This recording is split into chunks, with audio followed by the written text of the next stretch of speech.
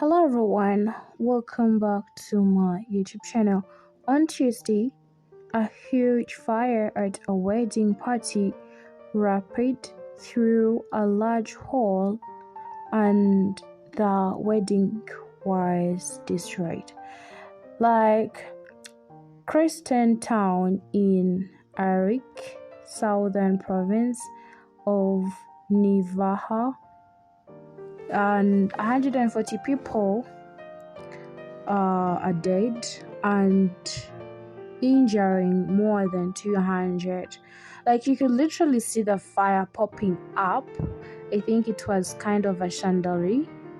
So the fire had, I don't know what caused it, but it is really, really so sad that the event had to be ruined just like that. So guys, don't forget to subscribe, like, share, and also to leave a comment below.